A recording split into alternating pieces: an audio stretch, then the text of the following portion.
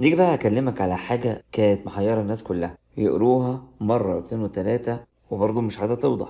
هبدأ اوضحها لك. الحاجة دي خاصة بالنيترس، مش بس هبدأ اشرحها لك واخليك تفهمها، هخليك تستمتع جدا بيها كمان. regarding النيترس يا جميل، النيترس له 3 افكت. حاجة اسمها concentration effect، حاجة اسمها second gas effect، حاجة اسمها diffusion hypoxia.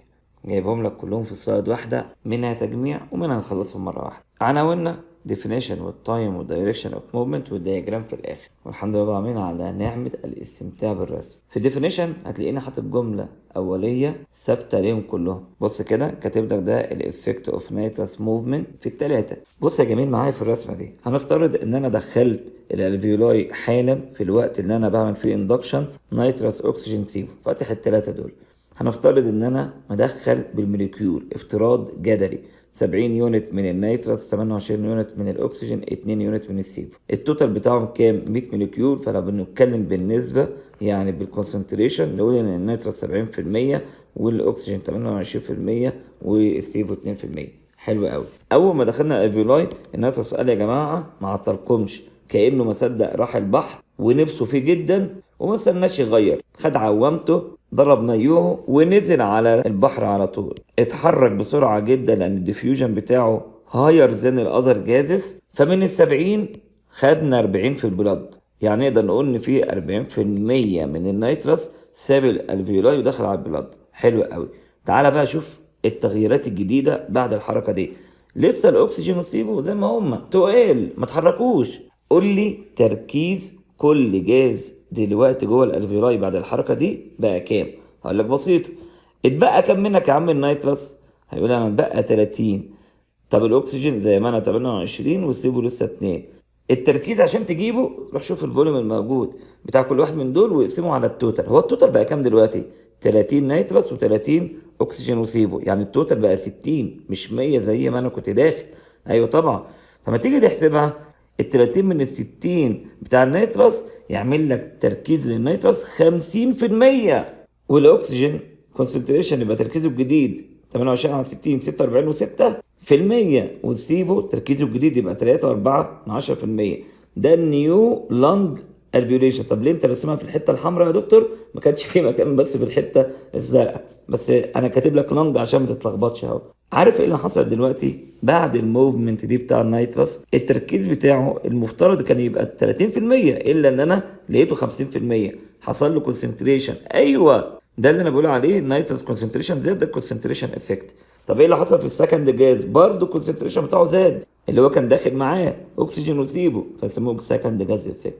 بمنتهى البساطه لاول مره هتلاقي حد بيشرحها لك وفاهمها لك ويبسطها لك بالشكل ده. طيب ما تقول لي بقى الايفكت التالت بالمره.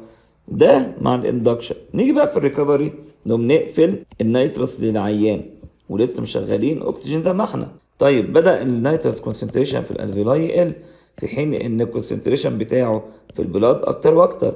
طب يتحرك ازاي من البلاد للالفيولاي؟ يتحرك النيترس اسرع من نظيره الاكسجين.